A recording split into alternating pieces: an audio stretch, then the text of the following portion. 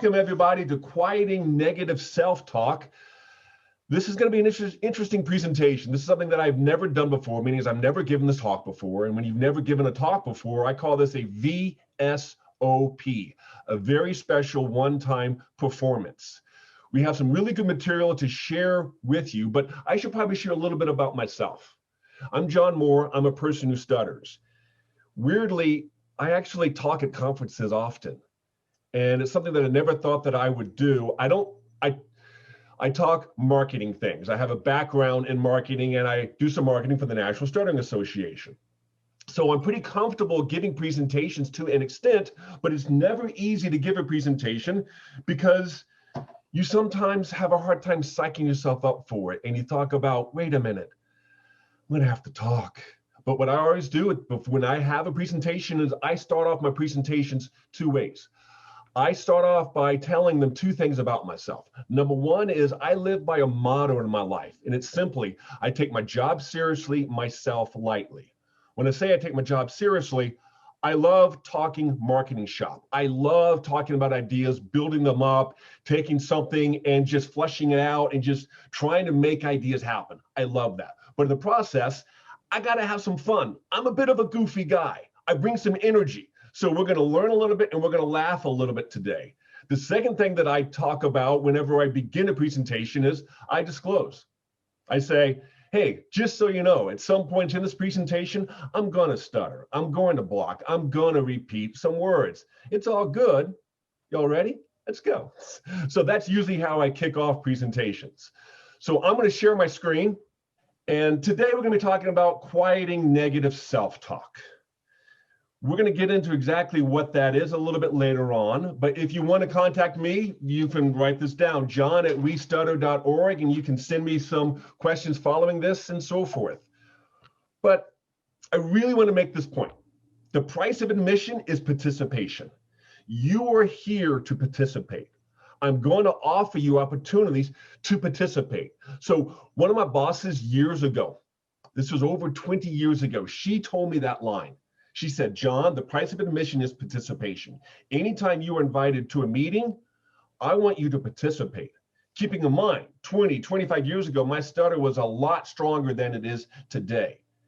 And having her tell me that made me that in every meeting that I went to, I made it a point that I was going to raise my hand and participate. So today you have two ways to participate. One's going to be in the chat, as well as one is going to be at some point in time to raise your hand. And you can do that by clicking on the participants button and raising your hand, and we will try to incorporate you into this presentation. I want us to think about this. What was your dream job as a child? As a child, what did you dream that you would become? Obviously, I must have thought I was going to be a pro tennis player as well as an architect, right?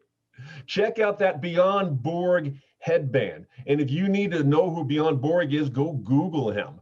But I was looking stylish there. That kid, of course, had no idea what was going to be ahead of himself. So I want to know, what was your dream job as a child? And so I would love for you all to kind of put into the chat box what your dream job. So Adam wanted to be an actor, a comedian, a veterinarian. That's beautiful. John wants to be a doctor. Carl, a fireman. Actually, that photo that you just saw, I had a fire truck behind me that I just saw. Actress, ballet dancer, park ranger, nurse, SLP. Really? As a kid, you want to be an SLP? More power to you. Pianist. My twin sister played the piano all growing up. Flight attendant, teacher, performing artist, pediatrician, librarian. You know, all of those are awesome jobs. And all of those are a marine biologist. Those are great. Psychiatrist.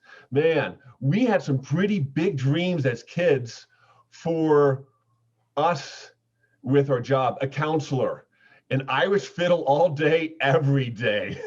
Cartoonist.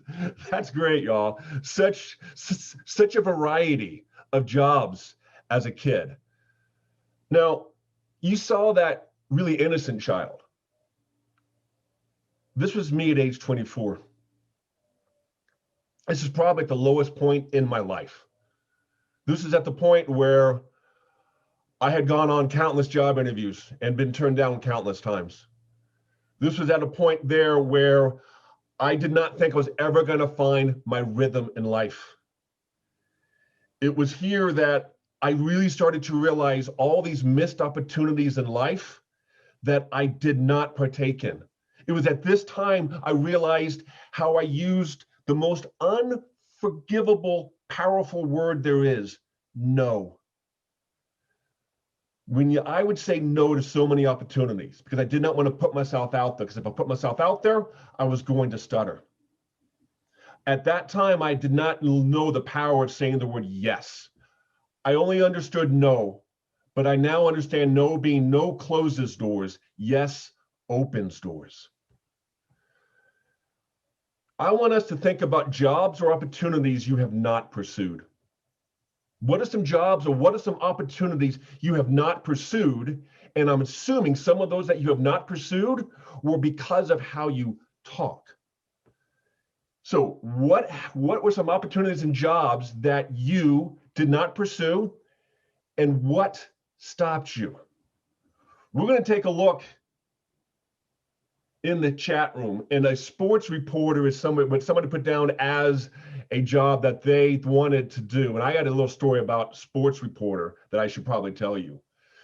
First said want to be gardener, then vet, now a diplomat, a writer. Radio disc jockey from Heather. Yeah. How can we, actually, let me go back to that. A sports reporter. That was actually a job, a career that I wanted to do. In fact, I graduated Baylor, radio, TV, film. I remember me being 21, needing an internship, me picking up the phone, calling KXTX, needing to talk to the sports director. Me, when I called up the TV station, having to get past the receptionist. I would like to speak with John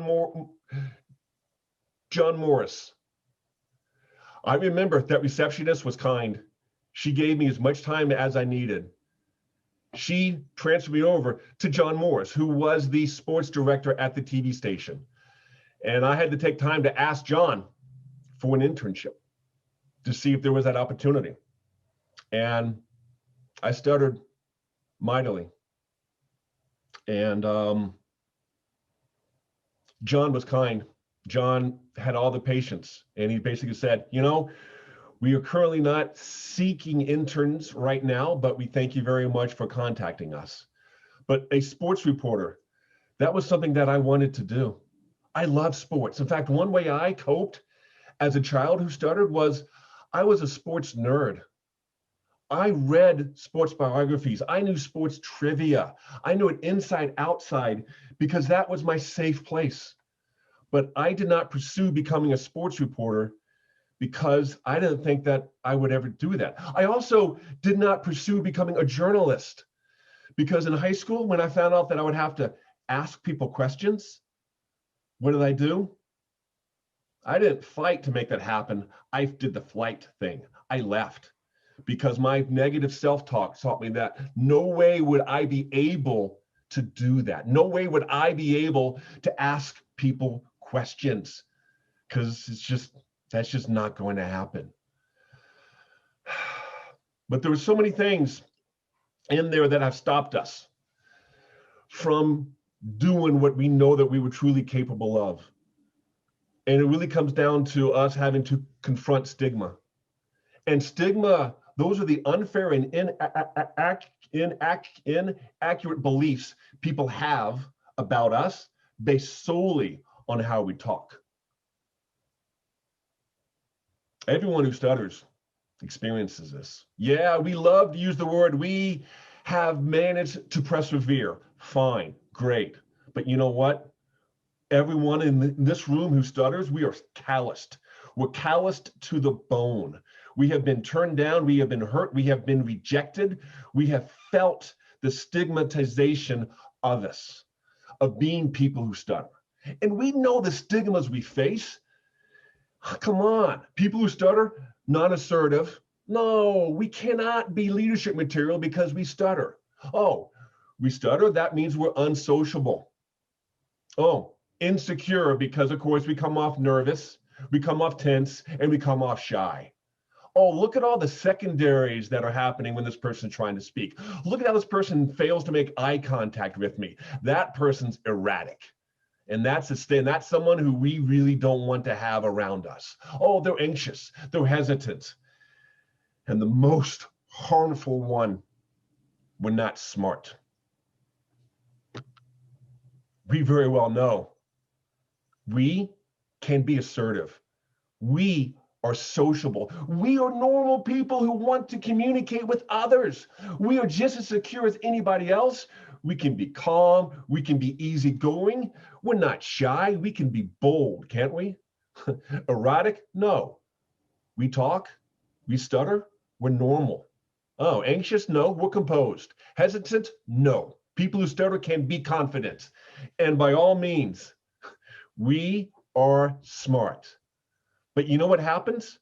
We don't focus on what we truly are. Instead, we tend to focus on what the stigmas are about us. And when we focus on those stigmas of all of those words and so many more, what happens to us? That's the negative self-talk. That's the self-stigma. I know that the public stigma is real, and we talk a lot about the public stigma and how it's wrong. We don't spend near enough time talking about the self-stigma. We don't spend near enough time about how our negative self-talk is truly, truly, truly damaging and is preventing us from becoming who we truly are meant to be. Negative self-talk, simply put, happens when we believe those false stereotypes and attach them to ourselves. We start to believe that we are shy, we're tense, we're nervous, we are erratic, we are non-assertive. When we start to believe in that negative self-talk and attach it to ourselves, that is a recipe for failure. There was a book that came out, and big hat tip going to Annie. So Annie Bradbury sent me a book. It landed on my doorstep a couple of days ago. She knew I was giving this talk. This book is What to Say When You Talk to Yourself. Love this quote right here. There is no way to estimate the amount of havoc and misdirection that negative self-talk wrecks our lives. It clutters, blocks, and confuses. Shad continues. It turns self-assurance into self-doubt. It cripples our best intention, and I love this line, and seduces us in becoming satisfied with mediocrity. Our negative self-talk seduces us to become satisfied with mediocrity. We don't try to be the best. We just try to survive. We just try to maintain. We're capable of so much more than that. These are some awesome jobs, right? A doctor, a lawyer, a pilot, a museum tour guide. Every person who stutters can be successful in these jobs. However, some of us as a child might have said, I wanted to become a doctor. But by the time you grew to adolescence, you realized your stutter was going to stay with you for the rest of your life. You might have talked yourself out of becoming a doctor. Because how can I possibly be a physician when I have to convey confidence to my patients? When I have to clearly explain things, when I got to be able to say all of those polysyllabic words, which is the medical jargon stuff. I can't possibly do that. A lawyer has to persuasively communicate. I have a hard time just communicating. I can't possibly be a lawyer. A pilot, the intense pressure that a pilot is in, especially if danger happens. I can't possibly do that, can I? No. A tour guide, someone who's majored in art history would be awesome as a tour guide, but you might have talked yourself out of that. You talked yourself out of that because you fell victim to something called the why try effect. Why try to become a doctor? Well, Because my stutter is going to limit me. Why try to become a lawyer? Because no judge, no jury is going to believe me. Why try to become a pilot? I can't talk to the command tower. I can't do that. I can't even say my name. A museum tour guide. No, I can't possibly do that, despite the fact that I know more about art history than anyone else I know. You would fall victim to the why try effect. But this why try effect goes beyond professional. It goes and impacts us personally. Why try to put yourself out there online on some sort of a dating app? Why try to ask someone out on a date? Because I'm just going to stutter and they're not going to say yes because they're not going to like me for how I talk. Oh, I got to call my bank. I got to give them the credit card numbers on my credit card. I stutter every time I say the word for, or every time I say the letter for. I can't do this. You know what I'll do? I'll just enter them on the chat. I'll just go online. I'll use that chat text type of feature. I'll do that. No, drive through. The simple act. To this day, I don't like going through the drive-through. I would much rather go in person than to look at the person in the eye. And we might not even choose to go to some place because we have to order to the drive-through. Instead, nowadays, we use the app on our phone. The why try effect. Why try to participate in a Zoom call? Because I know I'm going to stutter and I know someone's going to possibly think that, oh, he's got a bad connection, blah, blah, blah. No, the why try effect hurts us professionally as well as it hurts us personally. There was a very smart paper that came out back in 2009, written by Patrick Corrigan, Jonathan Larson, and Nicholas Rush, Self-Stigma and the Why Try Effect. When you start to think about the why try effect and how it has impacted your life, you know this paper is super smart. And this is when we talk about this, is people who agree with stigma and apply it to themselves may feel unworthy or not able to tackle the demands of specific life goals. And that means that you've fallen victim to the why try effect. So I'm going to stop this right here. And I would love for some folks here to really bring this out into who here has felt as though they have been hurt by the why try effect. And I would love if someone would go into the participants button, raise your hand, because I would love to hear from you on how you have fallen victim to the why try effect. Remember at the start of this presentation, I said the price of admission is participation. Here's your chance to follow up on that. Who would like to be the first to speak up and to share with us any story you have about how you have fallen victim to the why try effect? I see that Alana over here, she says that her brother is an air traffic controller, told a story about a pilot communicating with his tower who stuttered. He said that the other controllers were impatient with this particular pilot, but my brother remained patient. That's pretty awesome. So Adriana, you have the floor. Go for it. Yeah, so so this just came to mind when I was a teenager. When I would be at a restaurant, I would ask my mom to order for me because I was like, I don't even want to try to order. But so I did that for 5 or 6 years. But now that I'm in college, I'm like, well, I kind of have to order myself. So it's been hard, but I order completely on my own, even if it takes me much more longer than I wanted to. But I wish I could have told myself that that as a teen that it was okay to order with a stutter. That is awesome. And now you will not fall victim to the why try effect again there. Okay, we got John and then we got Phil. John Tavares, unmute yourself and share, please. Thank you. Yeah, thank you, John. I would say that a lot of instances where I fell victim to the why try effect have to do with dating. Whenever I would interact with a girl that I thought or that I found attractive, and we'd be talking, and then eventually I would stutter, and the stutter, the block repetition, it'd be obvious. Well, in my mind, I'm all like, all right, it's game over. Like I wouldn't even try to like ask her out, ask her for a number, or ask to see her again. I felt that if she had noticed that I stuttered, that that there was no point in trying. Yeah, and of course, you now know better than that. Dating is Absolutely. that is something there that for all of us, it is challenging. But thank you for getting past the why try effect so that now you will ask someone out on a date, because that's how we live a richer life. Phil O, you're on. Hi, I'm Phil. So the why try effect for me, like, has kind of been the story of my life.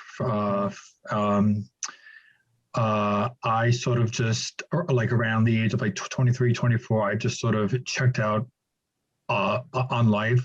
Like, I just was like, why try at anything? And I became an alcoholic and an addict for years. And I've been sober. I've been sober for 2 years now. But I'm having to just deal with life on life's terms, and just having to deal with the fact that I stutter as I reemerge, back into the workforce and life and friends and everything. But yeah. Phil, that's awesome. And congratulations on sobriety and finding your rhythm in life, realizing that you have to try, because if you don't try, you know what happens. All right, we've got Mr. and Mrs. Lippy. I'm assuming that someone's there. So if you guys unmute yourself and please share. Yeah, so I think for me, the why try effect has just deterred me from seeking out like presentations. Like even now, I don't like public speaking. And I just gave a presentation recently because I had to, and I just sort of charged through it, but I was stuttering very severely, and it doesn't help my confidence as a speaker. So yeah, I think I've let it limit me. Okay. One thing that we many times fail to realize, when we give a presentation, the audience wants us to succeed. The audience is not there to heckle us. We're not trying to be comedians. They want us to succeed. Yet that's some of the negative self-talk that kind of comes into play with that. Hey, Daniel, you have your hand raised, and then we're going to go to Anna, and then Kelly, and then Jamie. Daniel. Yes. I missed out a lot on life. I am a very social person, and I used to be a lot more confident and like stutter less, but I avoided approaching people, and I think that every time I stutter, it's like, oh man, and I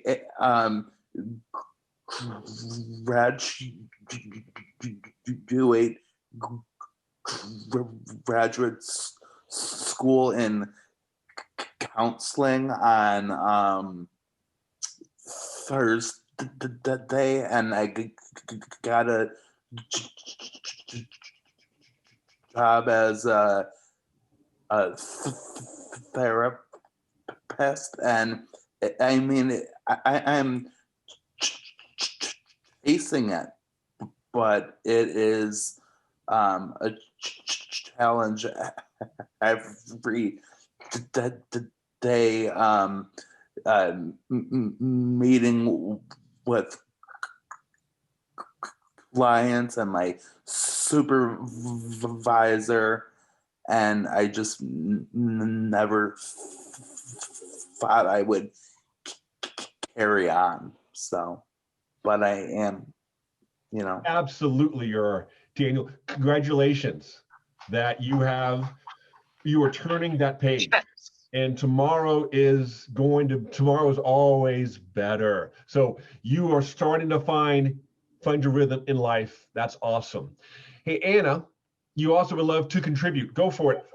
I've basically cut myself off socially from people. I'm so scared to go and try and do things that I don't meet people. So I don't have any friends. I have a really great husband and a really cool kid, but I don't have anyone in my life other than that. So I just stopped.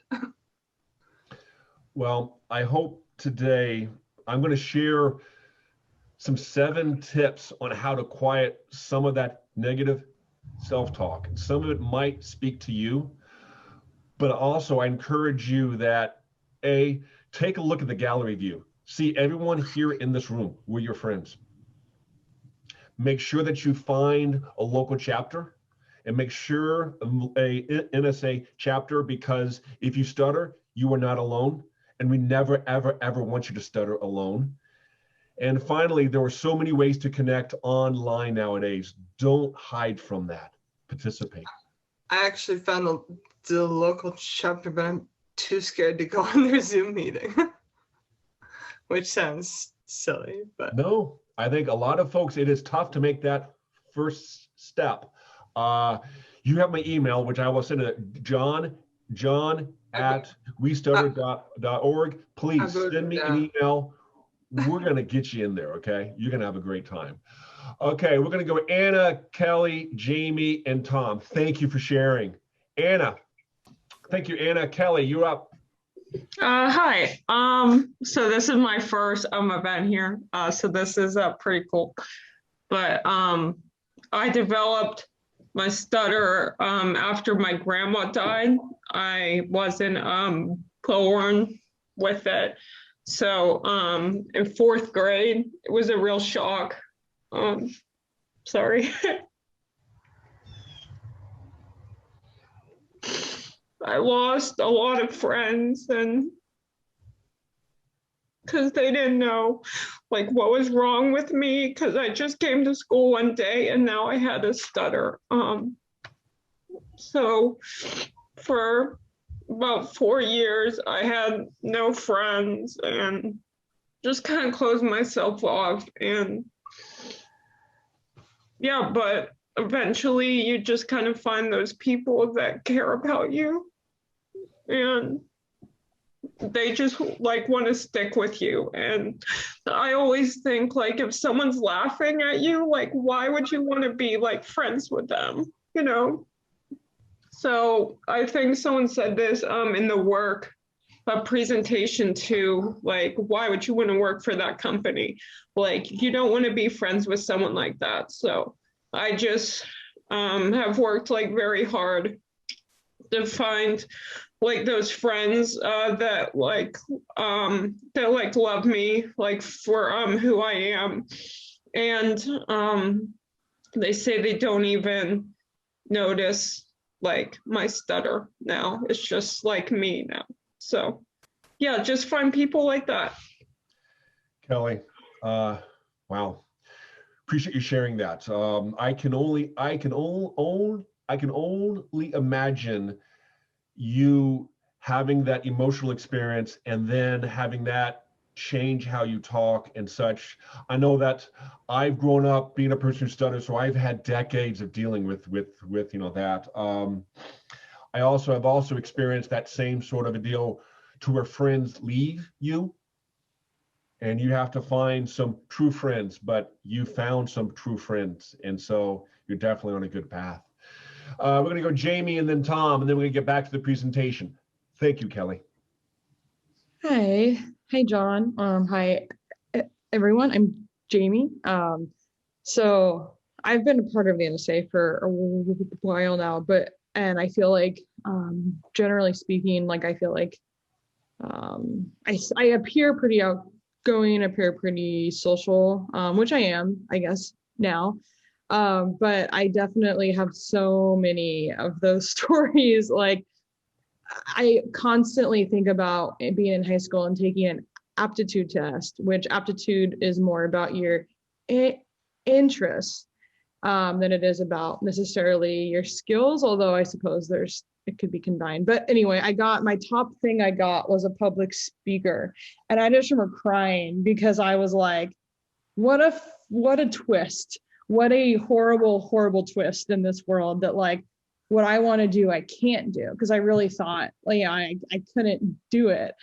And I spent a lot of time. I got my degree in accounting because I thought like that there was really not much else, which, you know, I look back and I understand why I made those choices and where my mindset was. Like someone said earlier, like years of internalizing this will do that to you.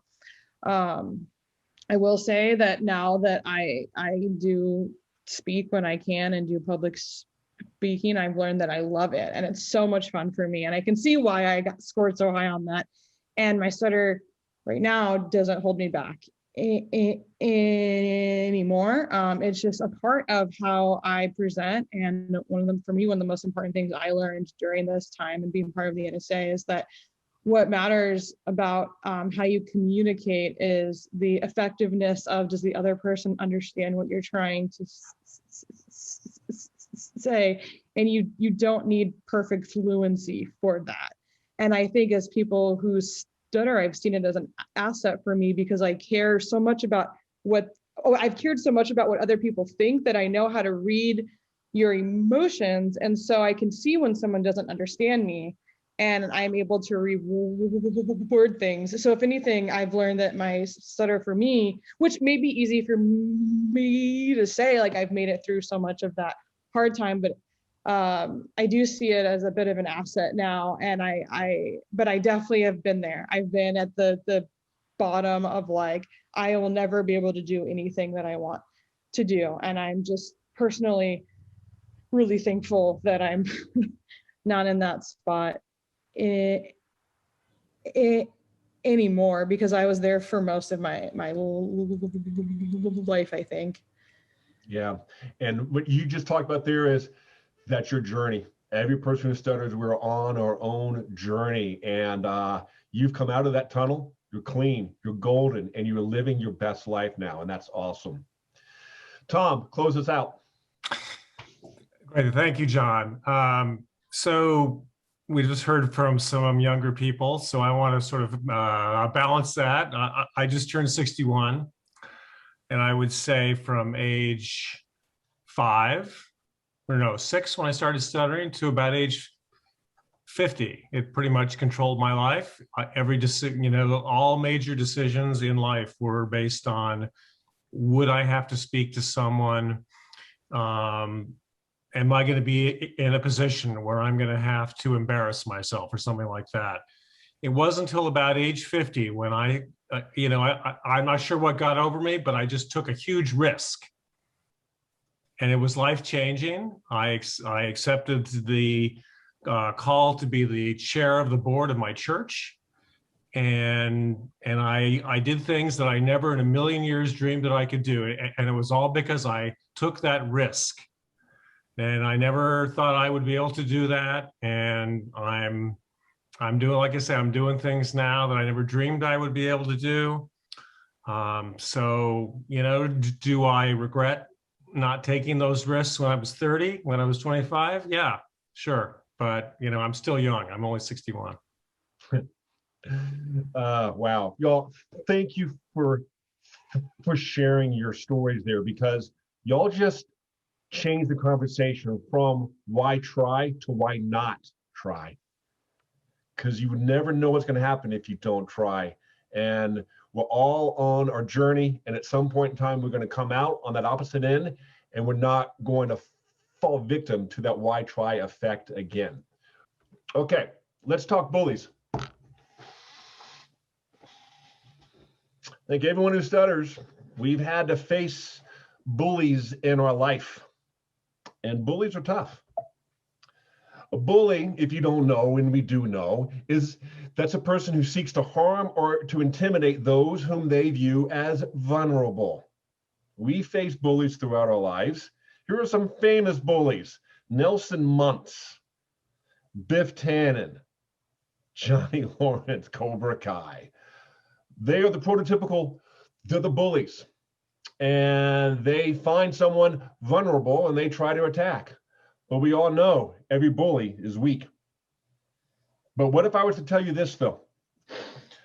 What if I was to tell you that you have met your biggest bully? You know your biggest bully very well. Your biggest bully is with you right now because you are your biggest bully. You are your biggest bully. I got a massive hat tip. Joseph Clayton, who was on this call today, 2 months ago, shared this line in an NSA Connects open mic, where we talked about how we are our biggest bully. And Joseph, you're spot on with that. We are our biggest bully. That is the inner bully in us. That's the source of our self-sabotaging negative chatter. The inner bully in ourselves beats us up. It prevents us from doing, living, and achieving our best life. We just heard stories of people who have faced their inner bully, and their inner bully for some time beat them down, but they have been able to beat their inner bully. There's a book that just came out in 2021, and it's brilliant. It's called Chatter. And in this chatter, it talks about the voice in our head, why it matters, and how to harness it. So Ethan Kross said this in an article: we spend between a third and half of our waking hours not focused on the present, and talking to ourselves silently is a significant portion of that. Think about how when you try to go to sleep at night, that chatter comes in, right?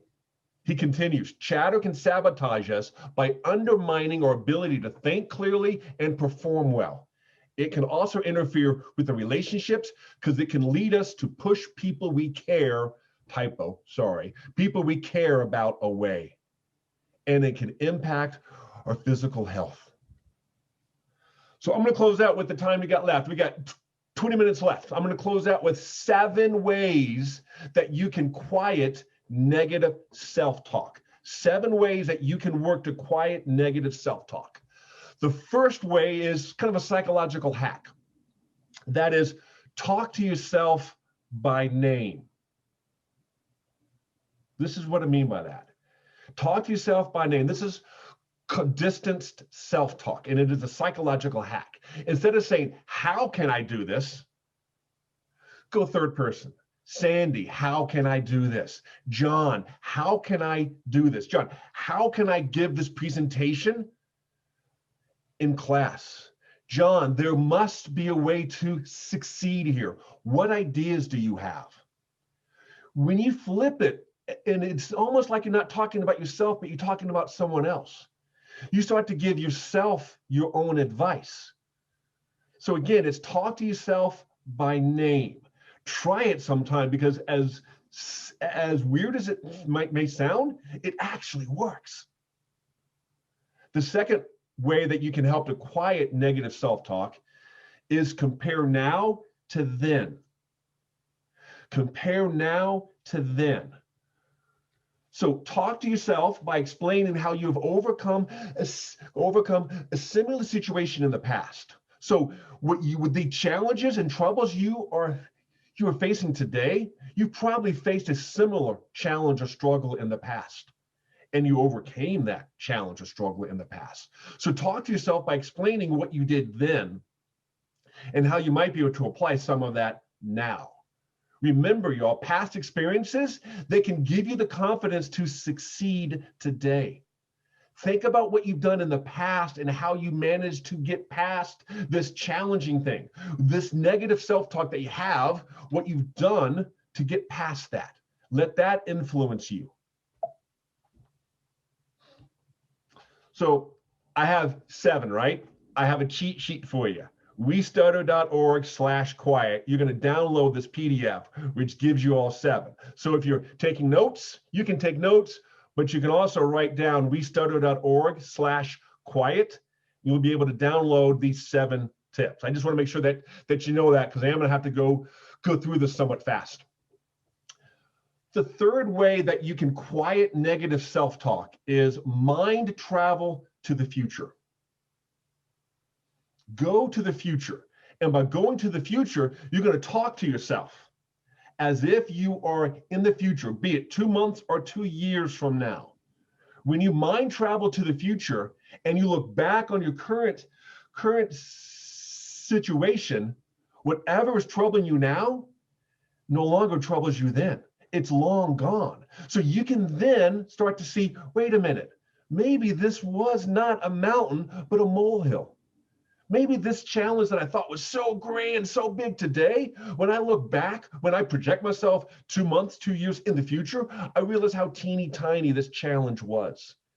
And again, this is about trying to quiet negative self-talk, not trying to eliminate it, but trying to counteract. So in a way, this is positive self-talk. It's just done in an interesting way. Number 4, pretend you are a superhero. This is fun. So you get to pretend that you are a superhero. And by doing that, you get to imagine how would a superhero successfully defeat the situation that you currently face. Many times, some of us say that stuttering gives us superpowers. This is your time to use those superpowers. What has stuttering given you that is going to allow you to beat this challenge that you have today? When you start to use superhero mindset, you can then start to confront and defeat the troubles you face in life. Number 5 of 7, create a personal board of advisors. Create a personal board of advisors. This is gathering together some friends, some core people that know and love you. You need to find ways to confide with some of your friends and tell them about your challenges. Listen and apply their advice. It does you no good if you're going to bring people together and not listen to their advice and apply it, because they're going to be able to give you that outside perspective on the challenge you faced today. And who knows, if you do confide, your friendships are going to be stronger. You're going to probably then become on that person's board of advisors. And together we are stronger. But you have to be vulnerable, and you also have to listen to what they have to say and apply their advice. Again, this is ways to quiet negative self-talk. Number 6, journal your thoughts. Pen and a pad. The therapeutic nature of writing is underestimated. We don't give it enough credit. And I'm not talking about using a phone to record your voice. No, there's something powerful about paper and a pen and the physical act of writing and seeing the words on a page. Because when you are confronted with negative thoughts, stop. Get a pen, get a pen, get a pad. Just write freely. And in the process, you're going to probably find that those concerns that you have just may fade away. You're certainly going to approach your situation smarter because you've taken time to really deeply think about it. And just the therapeutic exercise of writing down your thoughts, that's a superpower that you can use. Finally, let nature nurture. Anytime you get hit with that inner bully that says you cannot possibly do this, go for a walk, get outside. Walk in a park. Surround yourself with the majestic beauty of everyday life in a park, mountains, somewhere. This is going to help to soothe the inner voice and provide you with positive emotions. You can also just go out there, walk, and have a conversation with your head. In fact, almost all of the things that we talked about, think about you getting out in nature and doing step one, which is talking to yourself by name. That's probably a great place to do that psychological hack of saying, John, how can I possibly give a presentation tomorrow? When you walk and you talk to yourself, you're going to probably find answers. So to summarize, these are the 7. Number 1, talk to yourself by name. Number 2, compare your situation now to something that you have overcome in the past. Find some of the nuggets of what you did in the past, bring them today to help you better quiet the negative chatter that you have. Mind travel to the future, because any problem you have today is going to probably be teeny tiny 2 months, 2 years down the road. How would you as a superhero defeat and minimize your self-talk? The creating a board of advisors, invaluable. Journal your thoughts and let nature nurture. Again, all of this can be found on a one-sheeter, westutter.org/quiet. And that's my presentation, and I would love to open it up and have some more conversation. I have not been able to see the chat, so we might have some interesting stuff there. But please, if you want to get in contact with me, john@westutter.org. I would love to connect with you and would love to trade stories. So I'm going to stop my screen share right now, and we're going to get back to seeing if there is anybody out there that has something to say. I can look in the chat box, or what you can also do is do what you did before. Go to the participants tab, raise your hand, because the price of admission is participation. We'd love to hear from you. Lexi, you're up. Hi. How you doing? Good. So basically, first of all, great job. Incredible. I cried. I posted on Facebook. It was a whole thing. But anyway, I just wanted to say that I have grown up with a brother who is stutters as well. But he's a boy, and it doesn't really affect him much as it affects me. And so I've always felt alone. And so because I found the NSA, I think 2 years ago, and I just wanted to say that ever since joining it, I don't feel alone anymore. And now that I've helped out, and now I'm an intern, peep the NSA interns Instagram. I just wanted to thank all of you, but especially John for this presentation, because it made me feel better about life. I don't know. Good. I'm glad that it did, and appreciate your energy. You bring such a positive vibe in this world. So I'm so glad you're at this place within your journey that you have decided to share, and you are not going to fall victim to that why try effect. You're going to always beat your inner bully. Absolutely. Carl, what you got? Thanks, John. So I just wanted to mirror Lexi's words. This was a great presentation. You had a lot of great nuggets, and I'm really grateful for the PDF that's available. I was just going to say something about attending chapter meetings. I know there were some people who were talking about the NSA chapters. And I think that now, because a lot of the chapters are meeting on Zoom, for me, it would be so much easier to kind of take that first step.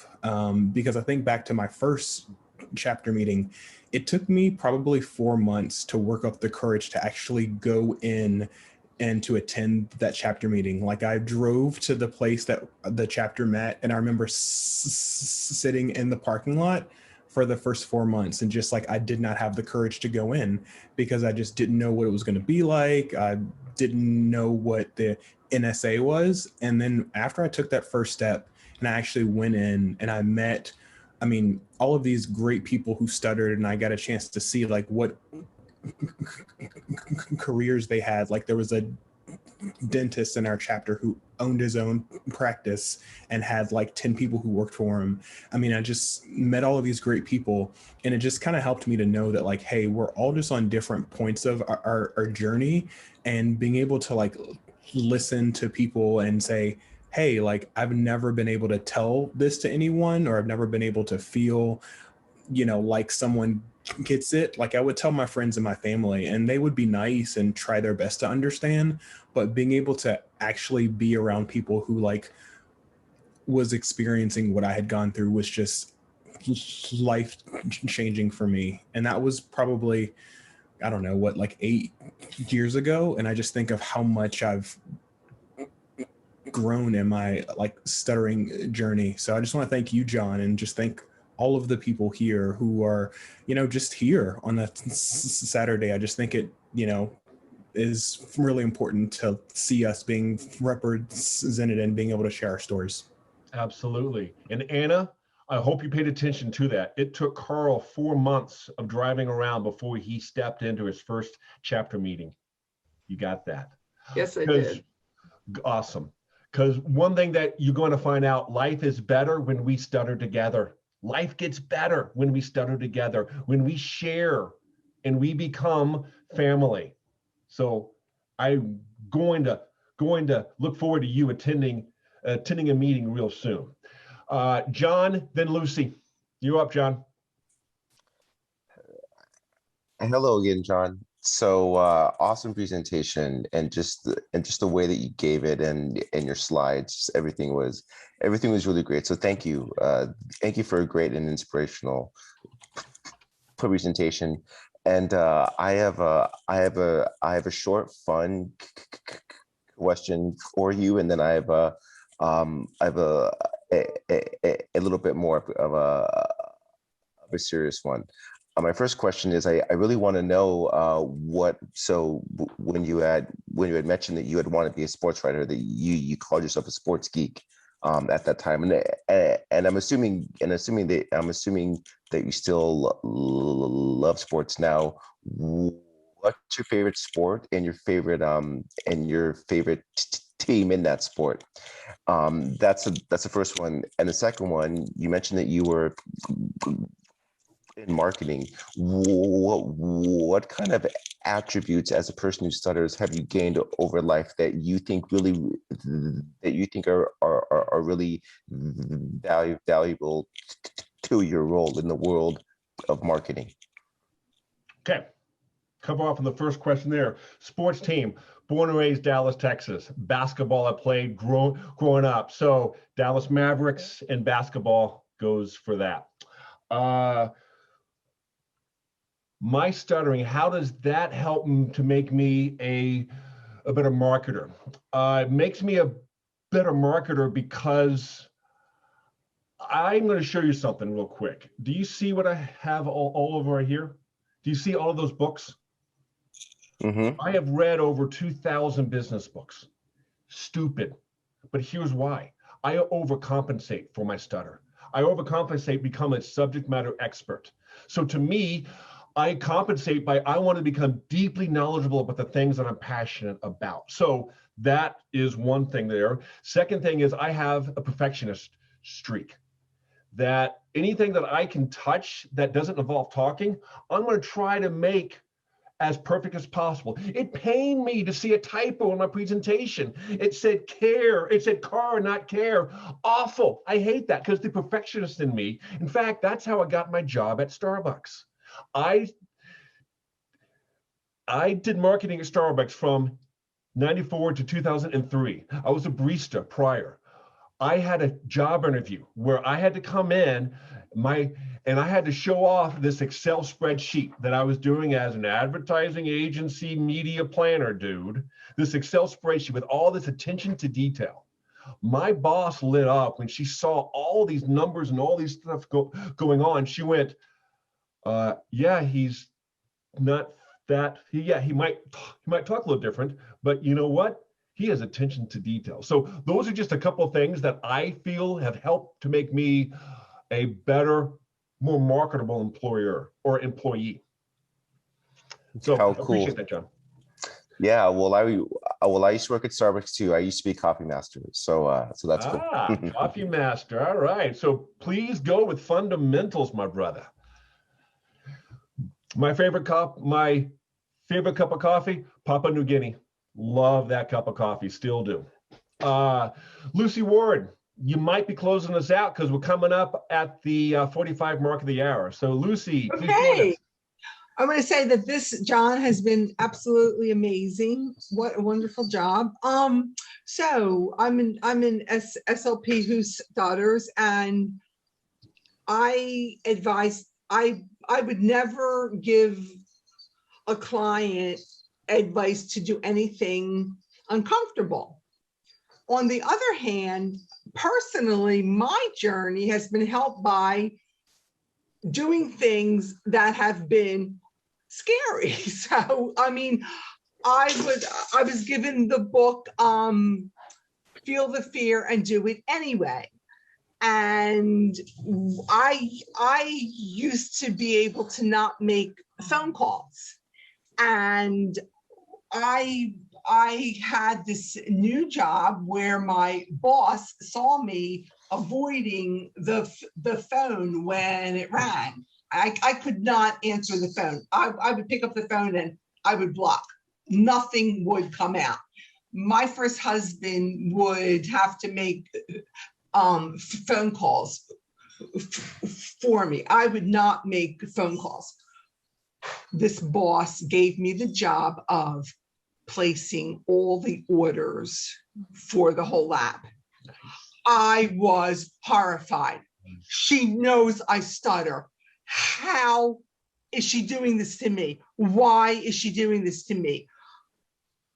I didn't know how I was going to do it. Well, I had to do it. The first time I did it, it was uncomfortable. It was horrible. I stuttered. The second, well, after a few weeks, you know what? It became easy. And within a few weeks, making phone calls was so easy for me. So I don't know, maybe doing uncomfortable things helps us. Maybe it doesn't. It depends on the situation and the person, but I just wanted to throw that out there. Thank you, Lucy. I think that is a good way to kind of sum up things here, because what we were talking about today was quieting negative self-talk. That a lot of that is quieting the bully that is inside of us, and fighting past this why try effect, changing it from why try to why not try. I can be a doctor, I can be a lawyer, I can be a tour guide, I can be a pilot. I can ask someone out on a date. I can order food through a drive-through. I can participate on a Zoom call. I can make that telephone call that I know I was feeling as though it's going to hurt me. We've given you 7 tools that you can use to quiet that negative self-talk. Because if there's one thing for us to take away, all these stories, all of these small victories and big victories, they all happen from the people that contributed, and thank you for that. They contributed their stories, and we got to learn how they were able to fight past their self-stigma so that they could find a little victory and a big victory as they marched down the stuttering journey that we all are on to live our best life. So I do hope this was successful for you. I do hope that you download that PDF, westutter.org/quiet. And I also hope to see you tomorrow at day 2 of the 2-day. Thank you guys all very, very much. This was awesome. Love the participation. Good job, John. Thank you, Adam. Awesome job, John.